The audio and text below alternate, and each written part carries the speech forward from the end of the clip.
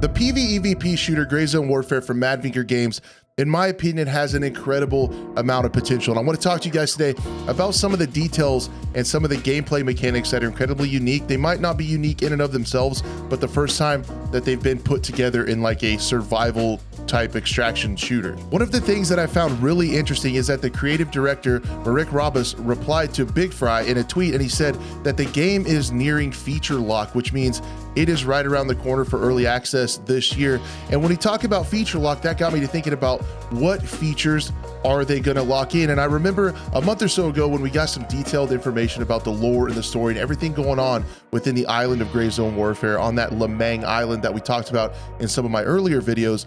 There was a really crazy interview on Game Rant that dropped about the same time. And for me, and maybe for you guys, it flew a little bit under the radar because in this article that dropped back in December, there's an incredible amount of detail and some things we can read between the lines that I don't think a ton of people caught and a ton of people saw. So I want to go over these with you guys because this stuff is really exciting to see in a video game. I'm going to tell you why. In my opinion, in this game, AI is incredibly important. You know, they say this is a PvEVP shooter. They put the E before the second P. So we know that AI and how they interact and how we interact with them is going to be a really big deal. And there's a lot of games that don't do it really well. And I'm not going to sit here and say that it's easy because I think it is incredibly difficult. But what Rex says in this interview is really exciting. It could be some of the best AI that we've seen. I'm really hopeful for this. He goes on to say, when you start to play the game, you join some server, which again, we talked about the server is running for a very long time. Persistent servers that you never really actually leave. You go to your base, and it depends where you get dropped in, what the players are doing, where the AI are, and what they're doing. But one thing that I thought was really interesting was that he said the AI will do their own jobs for their own faction. You can follow them and see what they're doing, and their behavior should make sense. They won't be just standing around running in circles. So you could actually run into AI that are on missions for themselves. You can follow along, try to see what they're up to.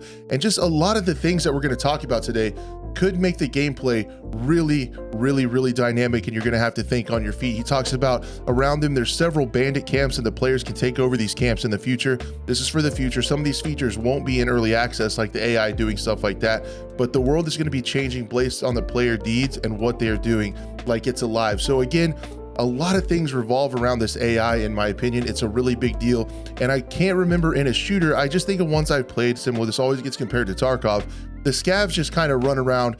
They check their mags. They might eat something. They call out and stuff like that. But if you could see like intelligent AI actually like reacting to you, saying some voice lines, doing their own missions, you could decide if you want to attack them or wait till they complete their mission and steal some of their loot. That's kind of what I envision when he says, you know, you can follow along or see what the AI is up to, because they're doing actual missions and moving the story along within the server. And when he's talking about quests and NPCs and the other AI and how they interact, it's all kind of dynamic and intertwined. It's really cool. He went on to give the example that, you know, you can go out and complete a quest for an NPC for one of the traders and bring it back to see what you've earned. But the other traders can tempt you to give it to them and say, hey, I know you're working for that other person. If you give it to me, you'll get something different in return. And I'm assuming they go off of each other. You kind of have rep and how they view you and everything like that. So within it almost sounds like MMO, like with how these different traders and how these different factions and everything just works together. And you're going to be carving out your own kind of unique story and your own unique path depending on who you work with and how these AI work out. One of the examples that he gave was some of the quests could be to kill some criminal who is about to commit something atrocious.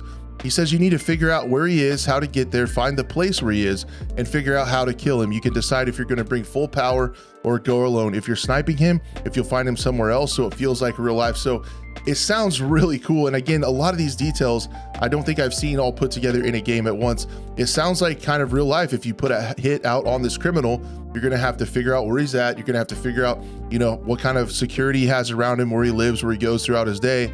And if these AI are actually doing something, this could be incredibly immersive to pattern out your target, try to plan when you're going to do the hit and do it the safest, not lose friends, not get hurt yourself.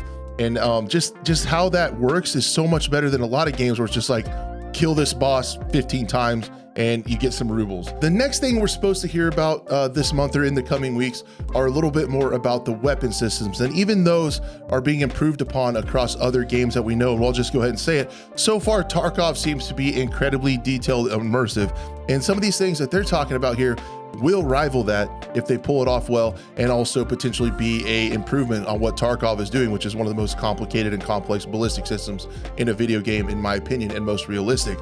He talks about when they're doing terminal ballistics, which is the interaction with different materials like your body or some wood. It's like different when the bullet enters sand. They talk about when it enters water or if it's entered some harder surface. And they said they're trying to simulate all of those different variables and simulate different densities of the bullet. For example, armor piercing bullets have different capabilities than full metal jackets or hollow points. So just like in real life. And then he even goes to talk about how it interacts with the enemy or with the person that you're shooting in the cavities inside of the body.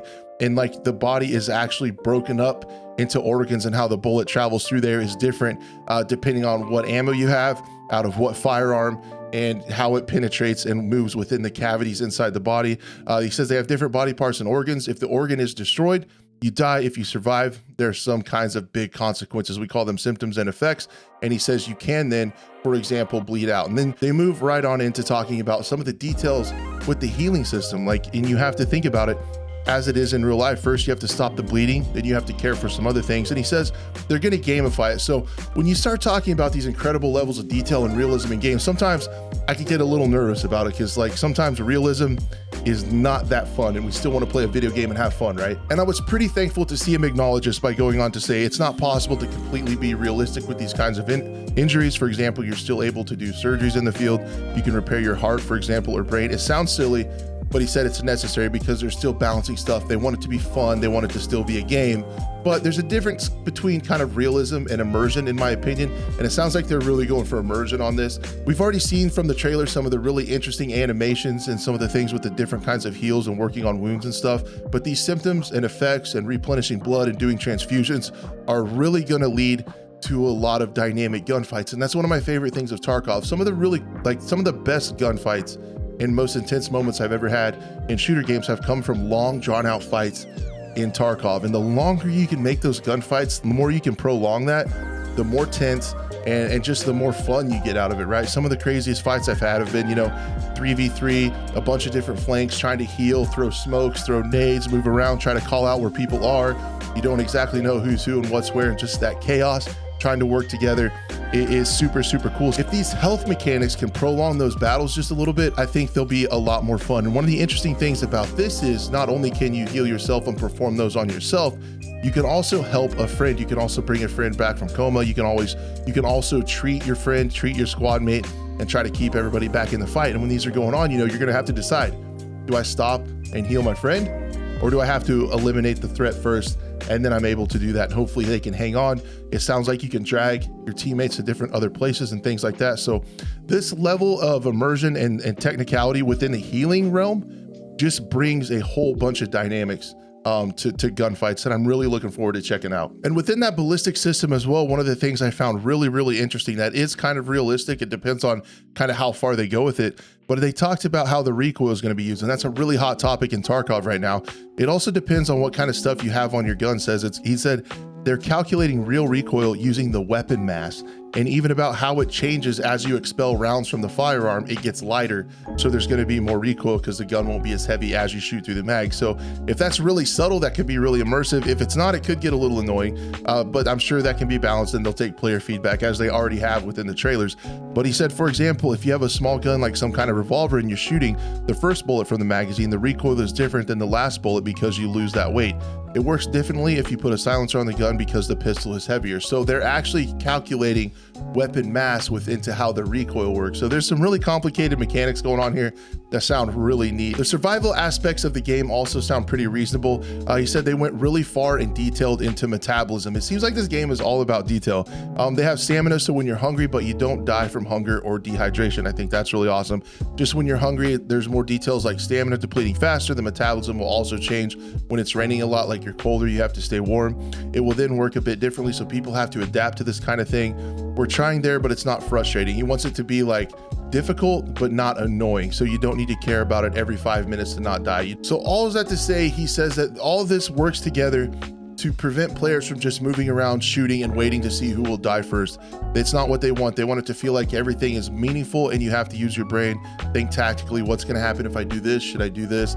And I really like the decision making that they're thinking about in the game loop. So a fairly big deal has been made out of the fact that this is going to be on Unreal Engine 5, but it's also of note that within this article, he goes into a little bit of detail of how they've added on to Unreal Engine 5, which they call Scala. He said, this is our new proprietary technology for rendering the world for vegetation, wind, rivers, waters, and other things. And even within the trailer, if you guys remember my previous video talking about it, you can actually see the leaves move from the muzzle gases coming out of the compensator. So things like that, hopefully that helps it run on some frames so a lot of people can play it. We can get some really good frame rates, and a lot of people, regardless of your machine, are able to hop in here, which this is going to be quite a big challenge. He says they have very high detail in the terrain, a lot more than is possible in Unreal. The really cool thing, but we have to develop it by ourselves to be able to achieve what we want. So they're actually taking Unreal Engine and then they have their own proprietary stuff to build on top of that to be able to do what they want. So this game is actually going, I guess, as I understand it, beyond the capabilities of Unreal Engine 5, and that's pretty cool. And then taking another system that they want to make better is talking about skill points. And kind of Tarkov, you get skill points, you get strength from just doing that action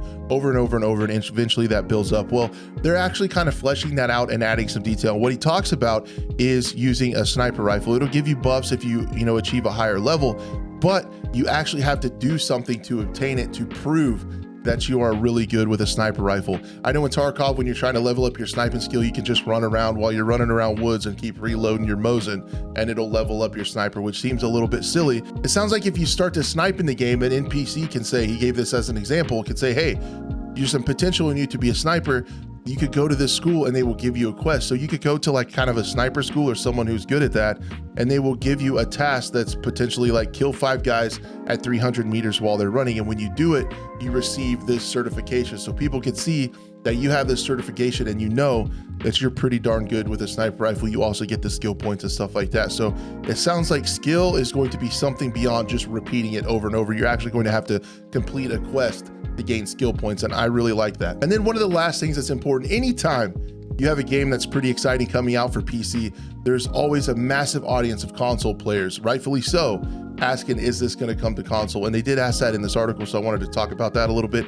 He said they're planning on it. We want to support consoles. We won't do it immediately because we need to stabilize it first. We need to do everything on PC, do the first updates, and if it's suitable to put on consoles, they're doing it. So it sounds like console is on their radar. They want to get the PC version squared away and then hopefully be able to move it to console, because I think console dearly needs a game like this. But it sounds like the development cycle is going to be kind of think about Insurgency Sandstorm, how it kind of did well and did good on PC, nice and stable, and then they ported it over to console. I can see kind of a same workflow here. I hope you all learned something from some of these details that I thought could have potentially got overlooked from the information dump back in December, because this is some really cool and exciting stuff. We do have to keep in mind, we haven't seen it yet, but I'm hopeful that the guys over at Madfinger Games can actually pull this off. To see these kind of fleshed out and more complex systems working together could, in my opinion, lead us to one of the most immersive and realistic shooters and fun shooters that we've seen in a really long time. I'm hoping they're really working on netcode, things like cheaters. I would love to see what they're thinking about for anti-cheat. I think one of the things that I would also love to see to combat that a little bit is maybe if we could have our own community servers that are self-moderated. And even if we have to pay a fee to keep the server running, I would love to be able to have like a cheater-free place to play a game like this. It would be really cool with community and a ton of fun. So I'm really hopeful that Mad Finger Games can pull all of this together. Stay tuned to the channel. We'll be keeping an eye out for it. Like I said, the next thing we should hear about are some of the more details on the ballistic system, how the weapons and combat is going to work, which is, you know, that's pretty important in a first-person shooter game. Guys, if you made it to the end of this video, you're absolutely incredible. I can't thank you enough, and hope to see you later on.